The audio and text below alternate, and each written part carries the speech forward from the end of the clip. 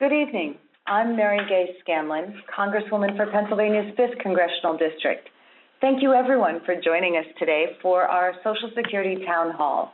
I'm hosting with my close friends and colleagues, Congresswoman Madeline Dean and Chrissy Houlahan, who represent the 4th and 6th Congressional Districts, and we're featuring former Social Security Commissioner Martin O'Malley.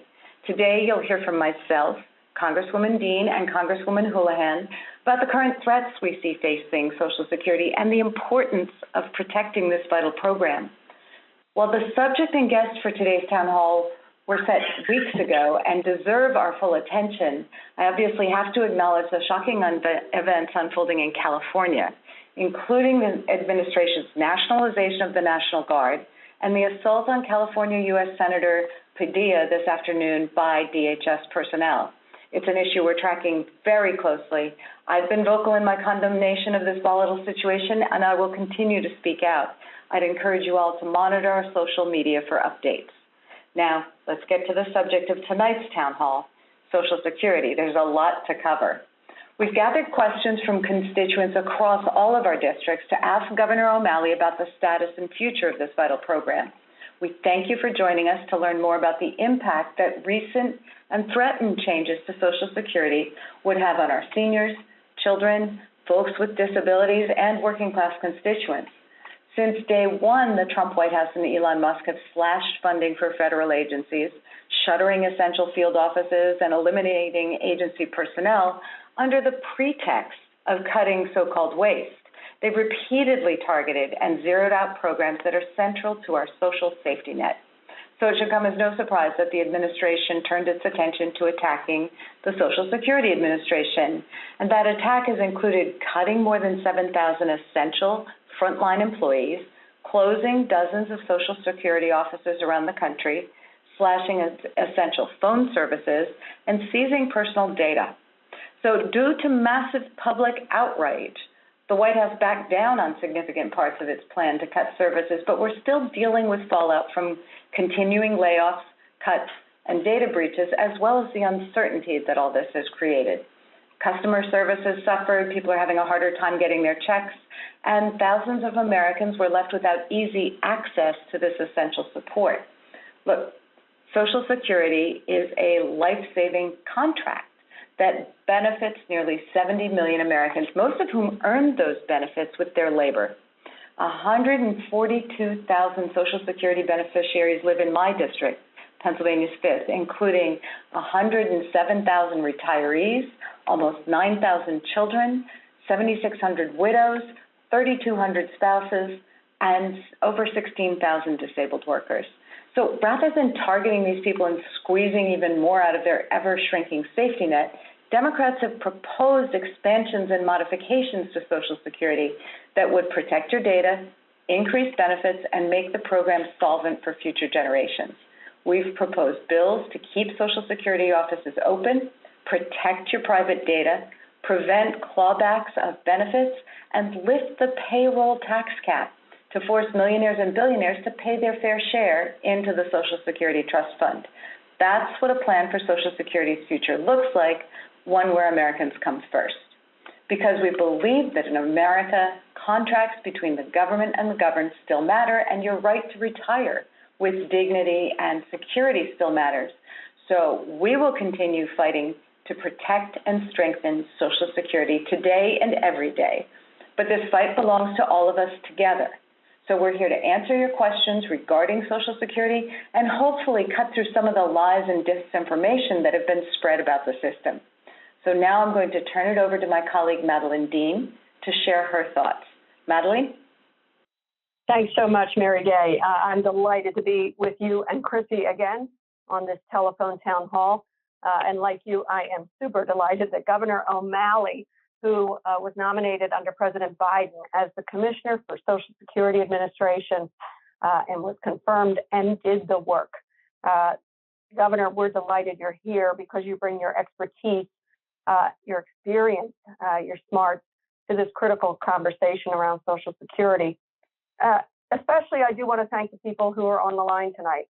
It is so important that we communicate with you, but even more important that you communicate with us. We want to hear what you have to say. And I begin every town hall or conversation with, I don't ever want us to normalize the times we are in. These are not normal times. In the first 4 months of his second term, President Trump has issued more than 160 executive orders, a flurry of actions and retractions and then actions again, most of them lawless. I know this from my own town halls, how important it is to share the questions and worries of the Trump administration's cuts and threatens cuts and tariffs and all of the rest, the chaos, the cruelty, the corruption. Tonight's topic, Social Security, is especially important in all of our districts.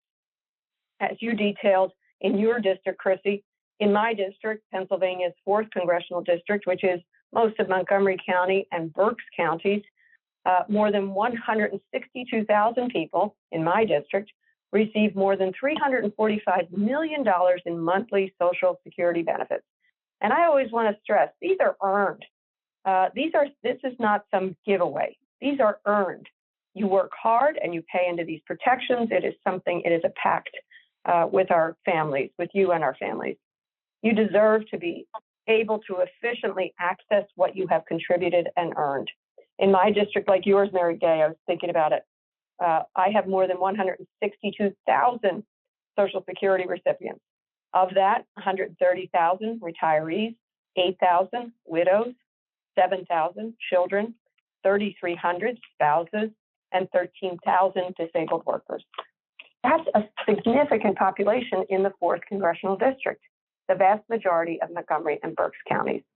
Just weeks ago, House Republicans, in the dark of 2 nights, passed Trump's big ugly bill, which would gut Medicaid, harm Medicare, and nutrition assistance for hundreds of thousands of the most vulnerable Pennsylvanians.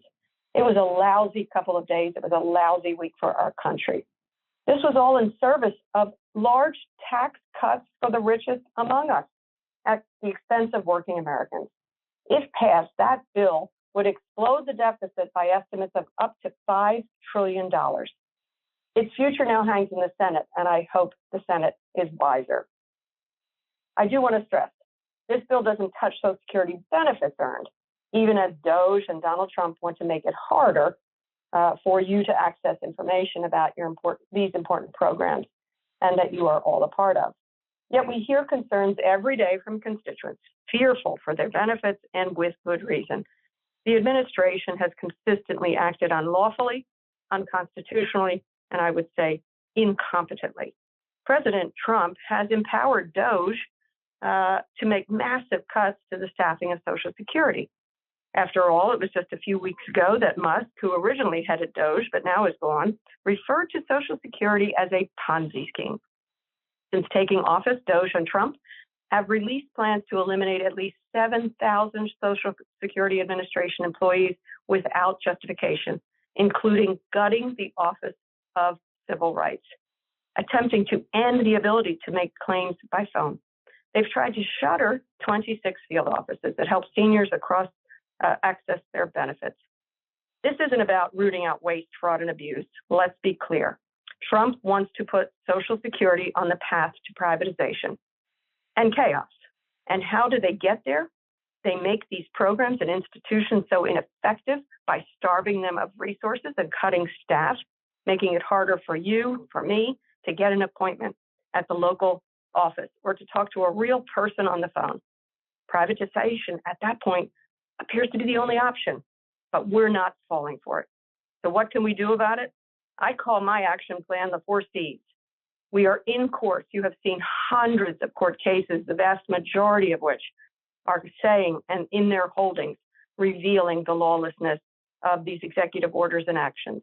In Congress, remember, we're in the minority, just 3 seats, but in Congress, we are doing these things, town halls, oversight hearings, and everything we can to call out the lawlessness. The other C that I believe in is calling out what is the appalling silence of good people, the Republicans who are complicit and silently voting yes alongside the corruption of this administration. But finally, and I think most powerfully, it's citizens like you and me, and those who say, no, we're not doing that. So in Congress as we do our oversight. One of the things that I'm doing, and I know my colleagues are doing, are town halls. I've participated or hosted 10. We're introducing legislation to limit or put a stop to Trump's unlawful actions. We just need 3 Republicans to join us, to have the courage and the backbone and the moral strength to do that. So please keep calling your representatives like Chrissy, Mary Gay, me, our senators. Please call them. Keep attending town halls. Peaceful protests are important. We together, I believe, will stop the madness. But in the meantime, an awful lot of people are being hurt. So I'm going to get off now and be quiet. But I want to say, Governor O'Malley, you came to caucus and you told us the honest truth about what's going on. And that's what our constituents are so pleased to be able to hear from you. Chrissy, I turn the floor to you. Thank you, Madeline, and making sure that people can hear me. Yes. Yes, we got it. Excellent. Excellent. And thank you, Mary Gay, for pulling this town hall together and for pulling our Southeastern Pennsylvania delegation of remarkable people who represent us in our region together. This conversation marks my town hall number 99 since I came into office. And it's a really huge honor to spend this time with our constituents, mine, and as well those of Mary Gay and Madeline. And thank you again to Governor O'Malley for offering yourself and your time and your unique and informed insight tonight as well. I won't speak for much longer. Here's the thing about Social Security that I think my colleagues have mentioned. It's your money. It's from nearly every one of your paychecks. The government has taken a piece since the time that I was probably 14 years old, as I recall, from both you and your employer. That money is being withdrawn, and it has, since the inception of the Social Security Administration, been set aside with the promise that the government will keep it safe for us until we need it for retirement, or to manage a disability or the benefit of survivors, possibly. Many of the statistics from the 6th Congressional District are very similar to those of my colleagues. We're talking about 147,000 roughly people living in this 6th Congressional who are able to avail themselves as well of this Social Security. 114,000 roughly of those are retirees, 7,000 roughly children, 7,000 widows, roughly 4,000 who are spouses, and 13,000 or so who are disabled workers. For those of you guys who are on the phone today who depend on Social Security benefits in the future, as you've heard from my colleagues, we are all fighting to protect the system and its services from this Trump administration and from this terrible, dangerous budget bill that my colleagues have also referred to. With that, I will turn it back over to Mary Gay, my colleague and friend, to introduce our really talented and esteemed guest, Governor O'Malley. So it's back over to you, Mary Gay. Thank you very much, Rep. Houlahan. So we are so pleased to be able to bring to all of our constituents tonight the wisdom of Governor O'Malley. He's a lifelong public servant. He served as governor of Maryland from 2007 to 2015 after serving as 2 terms as mayor of the city of Baltimore. He also served on Baltimore City Council for nearly a decade and as an assistant state's attorney for the city of Baltimore. He was sworn in as the Commissioner of Social Security Administration under President Biden in 2023. As Commissioner, he was responsible for administering the Social Security Retirement, Disability, and Survivors Insurance Programs, which pay over $1.4 trillion annually in benefits to more than 66 million beneficiaries. He implemented a number of highly successful customer service initiatives and cut down on unnecessary forms, red tape, and wait times in order to deliver checks as quickly and efficiently as possible. So we're thrilled to have him here today, and we're looking forward to being able to share his vast knowledge about the Social Security system in our country. So, Governor, we'll turn it over to you to say a few words before we get started. Congresswoman, Congresswomen, thank you one and all. Thanks for your leadership for our country, especially in these times. Let me give you some it's just very high level, and then I'll be glad to stay and answer any questions you and your good people have. I was asked by President Biden to go to Social Security not because everything was rolling along just fine. The truth was, for the last 10 years, due to House Republican budget reductions, this sleight of hand called level staff or level funding, Social Security staffing had been reduced to a 50-year low over the course of the last 10 years, even as people of my generation, the baby boomers, swelled their active beneficiary ranks to a new all-time high every day. So that mismatch created a situation where public service delivery, the timeliness of that public service had been sliding in the wrong direction for a while, and it needed to be turned around. And that's what those very experienced, very committed, although greatly understaffed men and women at Social Security were able to do by the end of my service with them in 2024, before the election. When we think about Social Security, it's not a large sort of payment center or bank. Instead, it's more complex than that. It's a large insurance company. So one of those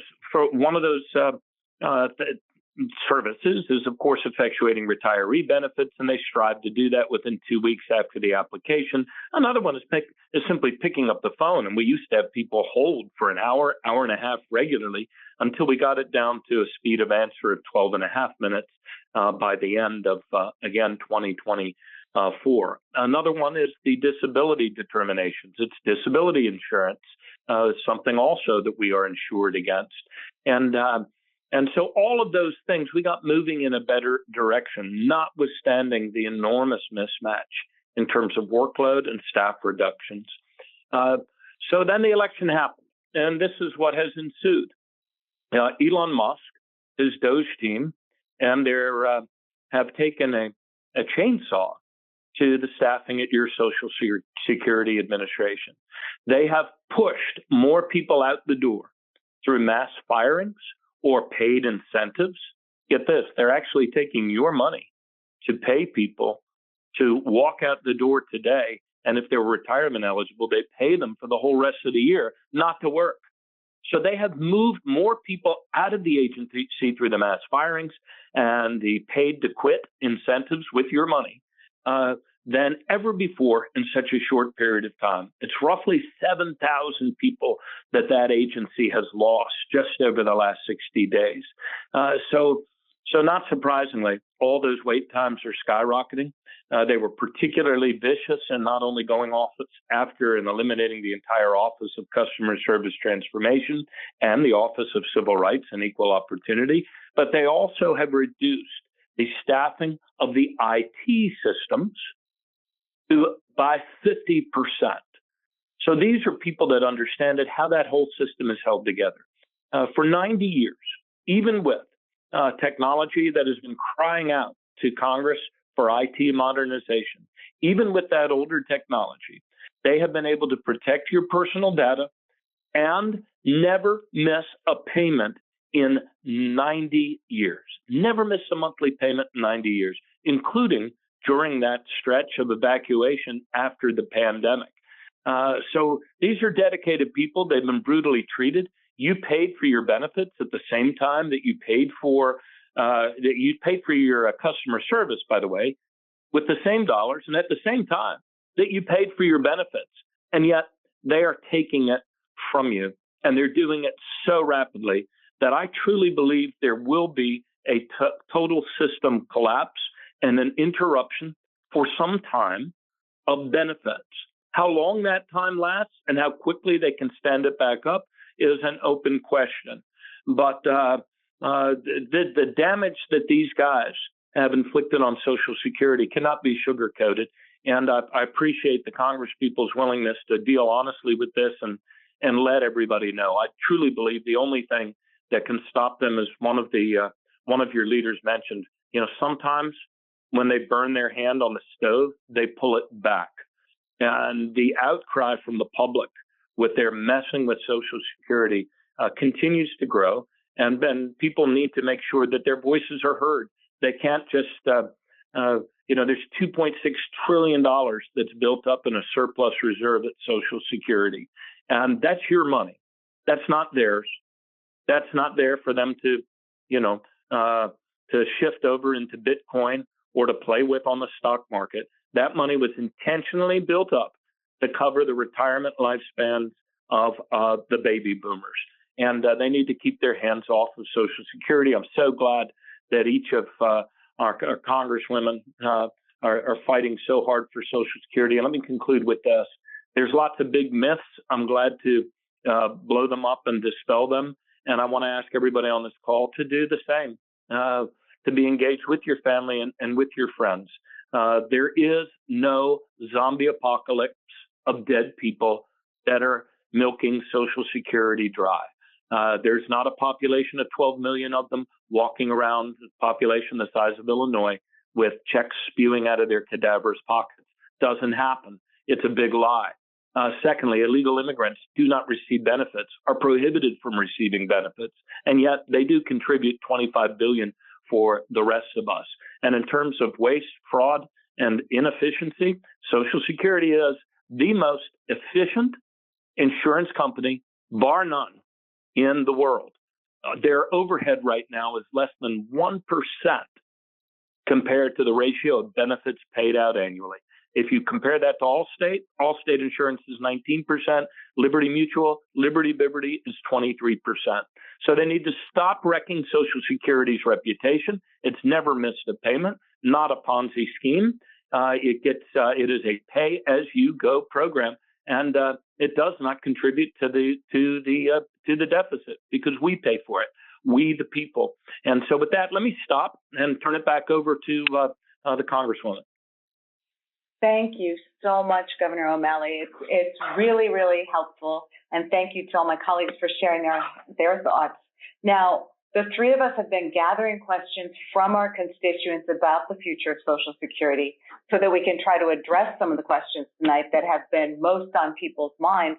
And Governor O'Malley, you started right in with one of the questions that we have heard a lot, which is, what about the claims of this White House that they have to cut Social Security funding and services and personnel because there's widespread fraud? You mentioned the crazy allegations about a gazillion dead people collecting checks. We've also heard allegations that 160-year-old people are getting checks. Is there any truth to these claims of widespread fraud? And can you talk about what the administration does to combat fraud and why someone might make false claims to cover those cuts? Sure. That is a big lie. There are several big lies that they continue to repeat, and I can only imagine their motive for this is that they know just how many Americans depend upon Social Security, and they know what a trusted brand Social Security is, notwithstanding the struggles that are self-inflicted to meet the customer demand.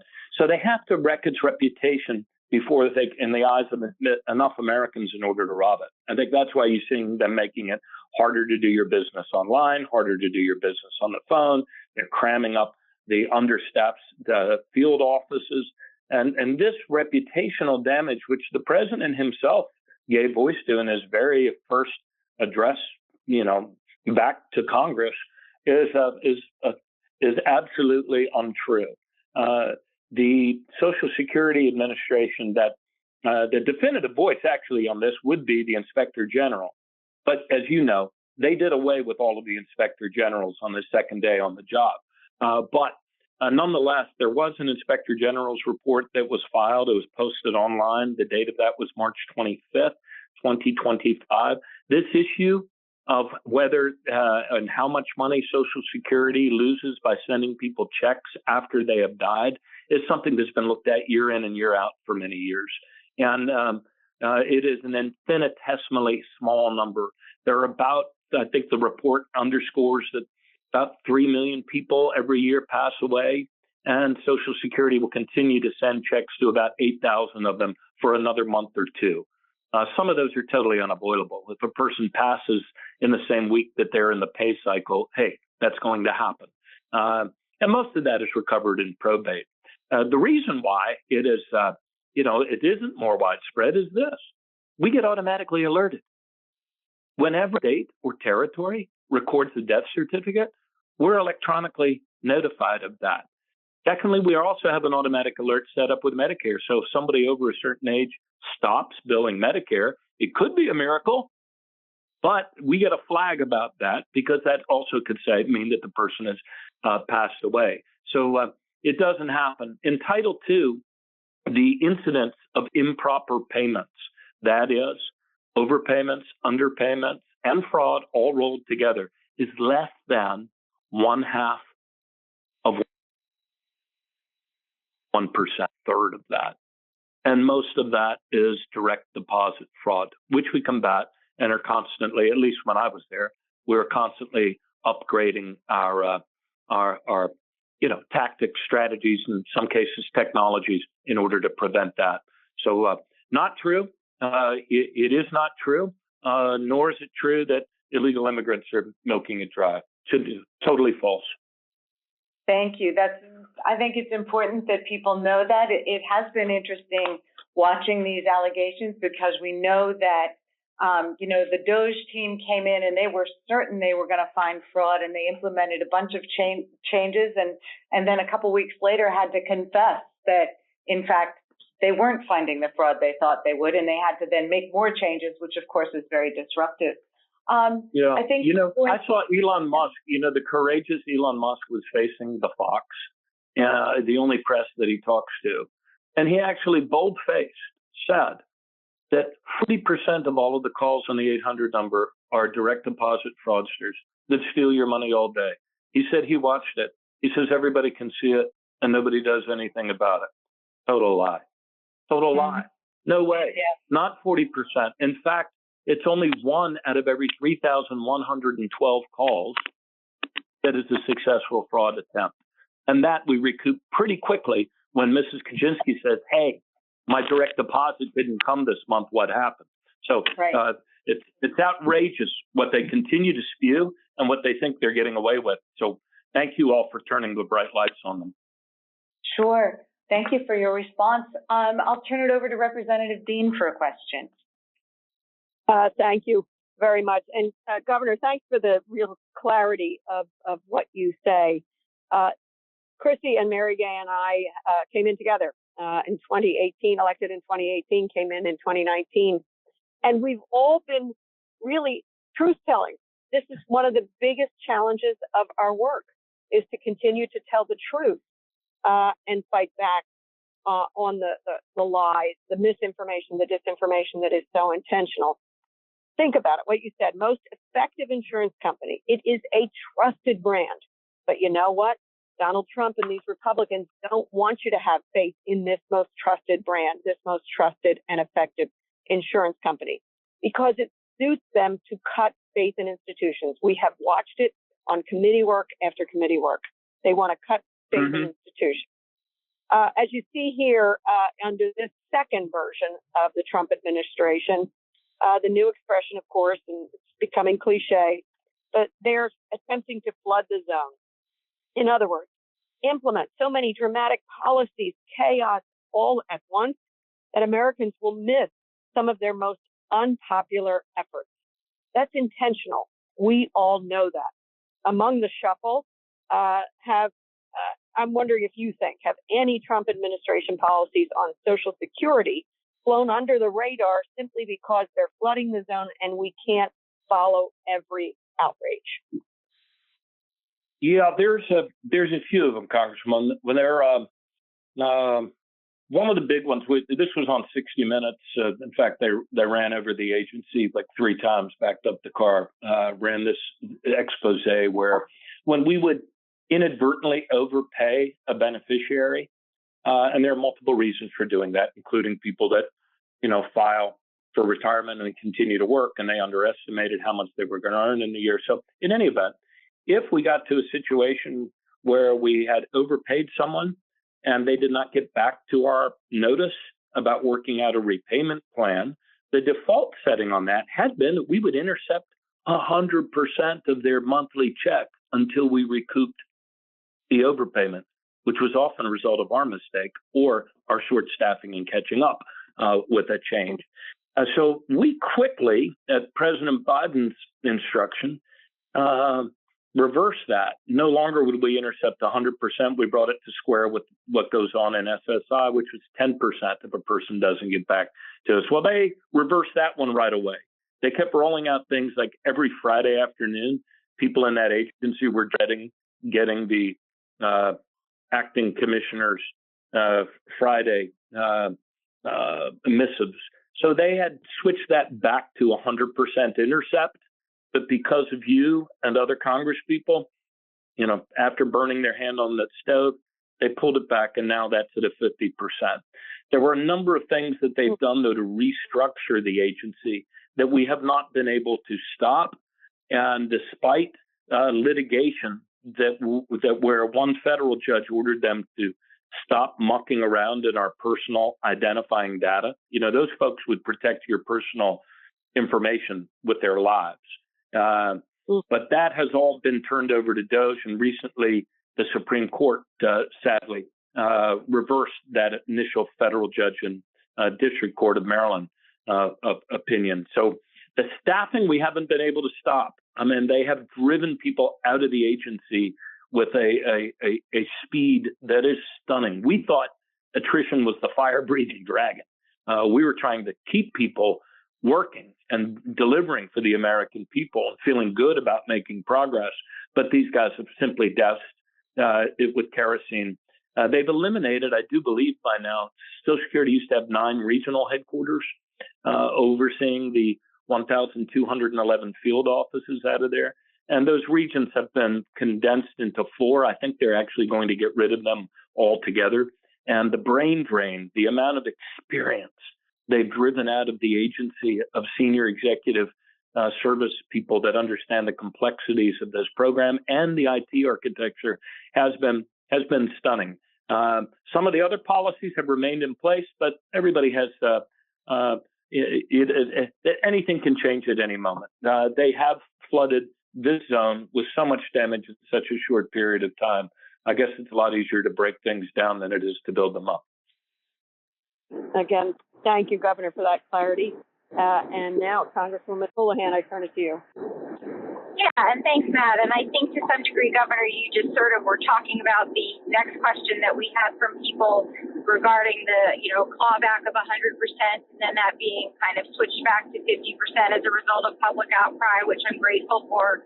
And so because you kind of already covered the question that I was going to ask you, this is not an isolated incident, as you've mentioned. There's been a lot of the administration proposing something and then changing, mid-course. And I was hoping that you might be able to kind of articulate for us what that does to the system, what that does to the Social Security service. And my second question that I will add on, because you've largely covered our first question, is can you talk a little bit more about the IT, the systems? I'm a systems engineer. I spent a lot of my career in systems and technology. What is the consequence of losing the talent and also of giving up our data to people like Mr. Musk? Gotcha. Okay, and tell me the first part of the question, Congresswoman. I just want to make sure I'm answering the call of your question. You want me to address just the general, what does uncertainty do to the Social Security industry? We know what uncertainty does to the stock market and to business, but what does this kind of uncertainty do to Social Security? Yeah, thank you. I saw in his very first remarks, after being elevated to the rank of citizen, President Biden spoke to this uncertainty, and he said, when you've worked your whole life based on the promise, that multi-generational promise we've made among us, between our country and between generations, to earn your Social Security benefit, what you've worked to earn was not only, that guarantee that you would not live out your golden years in poverty, but you also thought you were earning peace of mind. They've already taken that peace of mind from you. There are so many people, because of the uncertainty, that are now filing for Social Security, retirement benefits before they had planned to, like before they reach the age where they get the maximum benefit. There are many more people doing that. I wouldn't advise it. I haven't done it myself. I could. I haven't. My wife hasn't, although she asks the question every week. So the uncertainty that it creates in the economy is pretty large when you're talking about 73 million people who receive that benefit every month. With regard to the operations of the agency, they're experiencing whiplash. One day they're told that everybody has to come into the field offices and in order to effectuate direct deposit. The next day they're told, no, on second thought, they can go back to doing it on phone. So the herky-jerky unpredictability, go left, go right sort of stuff has been, one more stressor and demoralizer that agency did not deserve. And that's why, in addition to them paying people to leave, there's a lot of people that just want to get the heck out because for obvious reasons. Let me talk about the IT. I'm not an IT person, so you know more about, probably a lot more about this than I could ever learn. But this is what I learned from the smart people up there in leading them. And we used a system called Security Stat. So it was agile for public administration and service delivery. We got together every 2 weeks around the biggest problems, the 1-800 number, the time that it takes to do an initial disability determination, the time that it takes to effectuate retiree benefits. And this is what I learned about the IT system. The base of that system is written in a computer language that's no longer really taught in colleges called COBOL, COBOL. And that is a trustworthy way and a time-honored code that's been used, throughout financial industry and payment industry for many years. But it is an old system, and they have collected the earnings data on all of ours, including my first summer job and yours that we got a W-2 for, and that's the base. That's the number that corresponds. So each of us gets an individual Social Security number. That's where all the data is. And that's where the earnings data is. But on top of that foundation, that base, is another 2,000 different applications that all interact with one another and ultimately relate back to that database in order to make sure that every month, in 4 different pay cycles, they break down the 73 million a month into 4 different pay cycles weekly, that is actually an accurate amount. The goal is to get the right amount to the right person at the right time. So every month, let's say a quarter of those, what does that make it? Like 17, 18 million records wash across those applications and get updated for change of life circumstance or for what else? Change of direct deposit, change of address, what have you. And then it goes through a very narrow aperture and a division of the CIO division at Social Security called the Office of Benefit Information Systems. And that gets transferred then over to the Treasury Department that hits the buttons to issue the checks. We still say checks, but it's actually, 99% of it is direct deposit. And so that's the process. All of the people that understood how, and sometimes they're mocked and derided by the Silicon Valley Elon Musk crowd. You're so stupid. You still code in COBOL. No, they're not stupid. They have not been given by Congress the IT modernization that they should have. And so they, in their ingenuity and dedication to the mission of taking care of every soul from cradle to grave, managed to keep it going. But those are the people that they've ushered out the door. It's not so much that they understand how to code COBOL, it's that they understand the architecture that connects that COBOL-based system to the other applications that ride on top of it. When I was there, we twice had the whole system go down. One time it happened on a Thursday. We were able to get it back up by a Monday. The other time it happened fortuitously on a Friday, and we got it again back up on Monday. But when things break, they sometimes have a cascading effect across the system. And so that's my best explanation of what it is. When I had my very first car, like most of us on this call, it was not a brand new car. It was a 1972 Pontiac Catalina. When it would break down, my father would say, just because it's old doesn't mean that you don't have to maintain it. So they've driven out of the agency all the people that knew how to maintain it. Yeah, no, I appreciate the overview and the explanation, which I share the frustration that you have, which is we need to invest in the people who know how to do these things, but we also need to invest in the technology that can do it, and we can't just pull the rug out from under both at the same time and not expect the catastrophe. I'm going to pass it back over to Mary Gay, and thank you so much for that answer. Thank you. Sorry for the long-windedness. No. It's a complicated system, and that's why it's and as you note, it's one that folks working in the system have had to work with less than ideal funding, with antiquated systems to keep things up and running, but they've done so despite those challenges. You know, we had seen with some of the firings or layoffs or whatever, we saw that that the IT system or the website was crashing. So that was kind of a direct impact that people saw when they're trying to access. We've had concerns about older constituents who are not necessarily online all the time, and concerns about, you know, the limiting of offices and requirements that people only do things online. Can you talk about that a little bit for us? Sure. There has been a vision that was laid out by Commissioner Colvin, Carolyn Colvin, who had served and led the agency under most of President Obama's years, right after Mike Castro.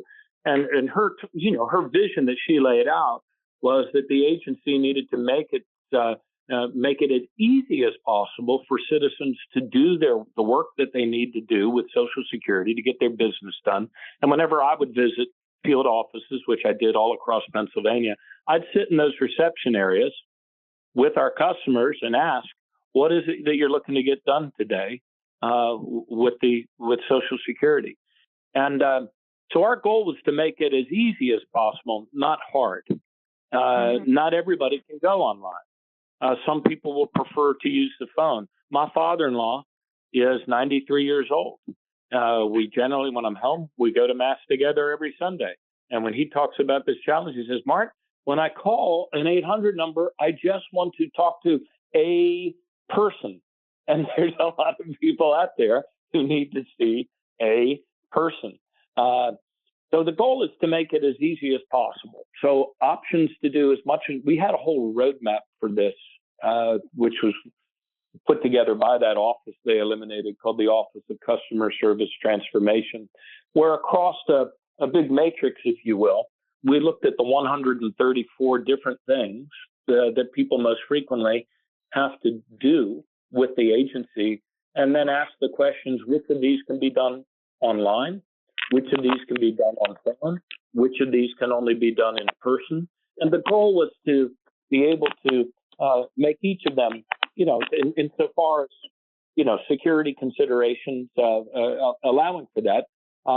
We wanted to make it possible for people to do it either online or on phone or in person. So that was the goal that we had long followed. There's some different goal now, and they put a chat bot on the front of that 800 number that's like gibberish.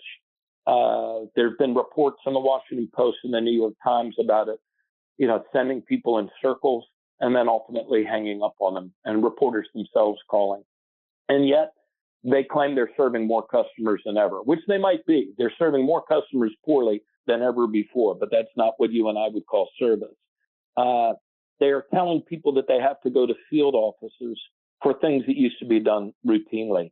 They conflate, for example, a non-citizen coming to this country legally, you know, because there is still such a thing as legal immigration. And the act requires that Social Security, if somebody is entering the country legally on a work visa or a student visa, that we send them a Social Security card so that they can pay in to Social Security while they're working here. It's required by law.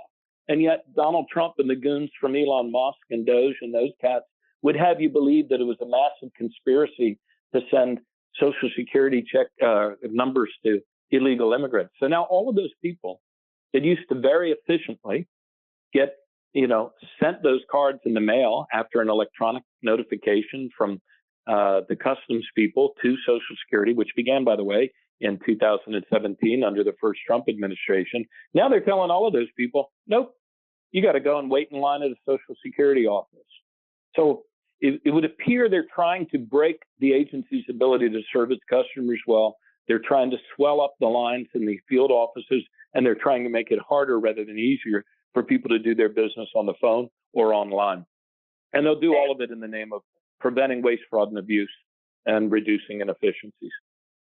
But I appreciate that. I mean, we do have this real tension between an agency that is supposed to provide a public service and then this kind of Silicon Valley view of efficiency, which if it's taken to its extreme means you just burn the whole thing down. And obviously that's not an option when you're talking about the checks that keep people alive, keep them in their homes, keep them fed, et cetera. I know we have a hard out on this platform at 7:30. So I just, want to thank you for all your input here. Let me turn it over to Congresswoman Dean to share her closing thoughts. Oh, darn it. My closing thoughts are a great thank you to Martin O'Malley for his service, his public service. And I remember when you were in caucus, and you just said it again tonight, that you worry not if the system could fail, but that the system will fail. So I'm hoping that you'll continue to give us your guidance as to what we can do as members of Congress to blunt the chaos of this administration and the incompetence. It's not only chaos, it's utter incompetence of this administration, so that we can be as effective as possible. But I really do also thank you for the truth telling. Thank you for reminding us that this system is effective, that the people who are implementing it, who are answering the phones, or staffing these offices, they want to do the right thing. I will tell you that when I came in, and I probably Mary Gay and Chrissy had the same experience, there were such long wait times, and we wanted to pass and did pass legislation to invest in Social Security, modernize it, to make them more effective and make their lives easier so that they could serve the public. But I will say, and I hope you'll say something in your closing argument as to what's the most we can do to continue to tell the truth, but to stop this administration from what looks like will be a failure of this system. Thanks for your service, and Mary Gay, I'll toss it back.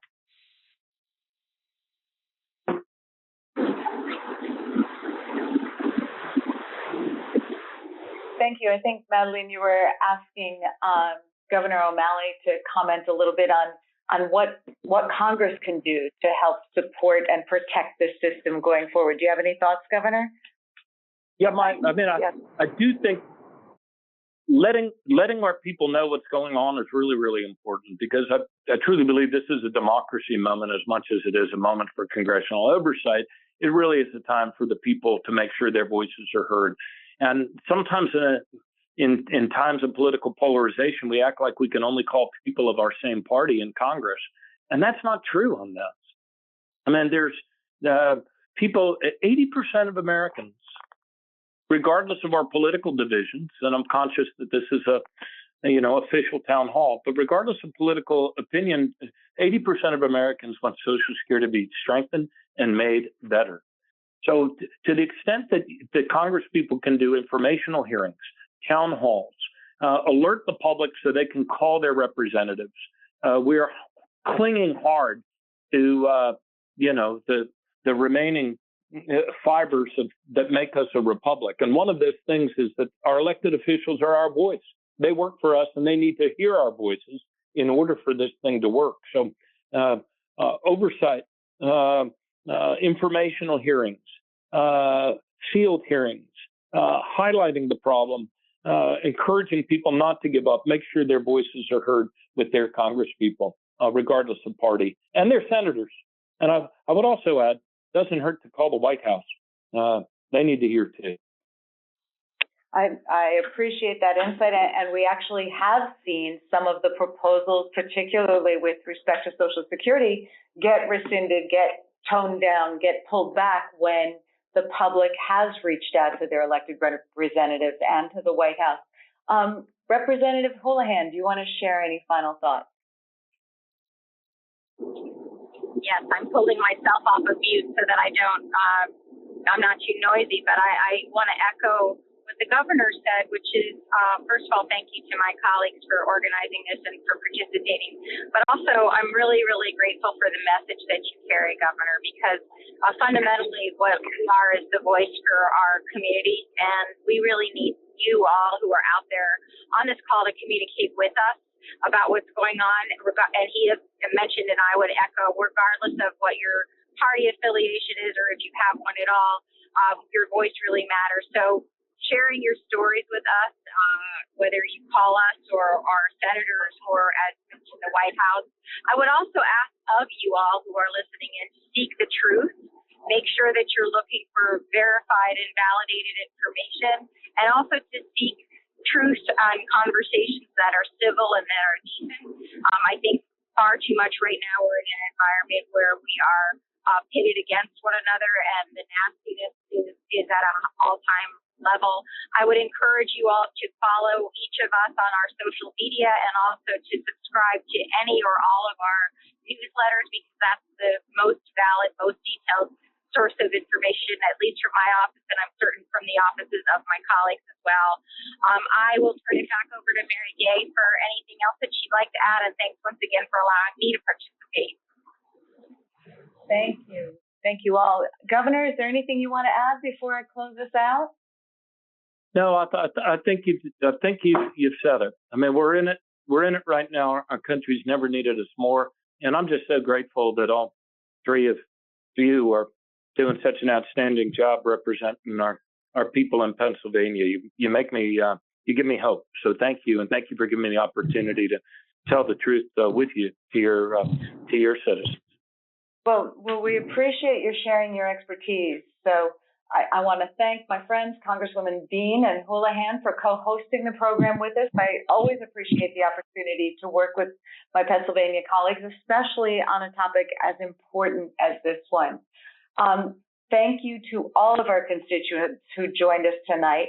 We have recorded the town hall, and we will be sharing it online if you have friends or neighbors who missed it and want to hear what we talked about. We look forward to hosting many more town halls and events in the coming months. If you have specific Social Security casework or issues that our offices can be helpful with, please don't hesitate to reach out to our respective district offices. So again, thank you all and have a good night. Thank you, Mary Gay. Thanks, Gov. Thanks, Chris. Thank you all. Thank Keep up alive. Bye-bye.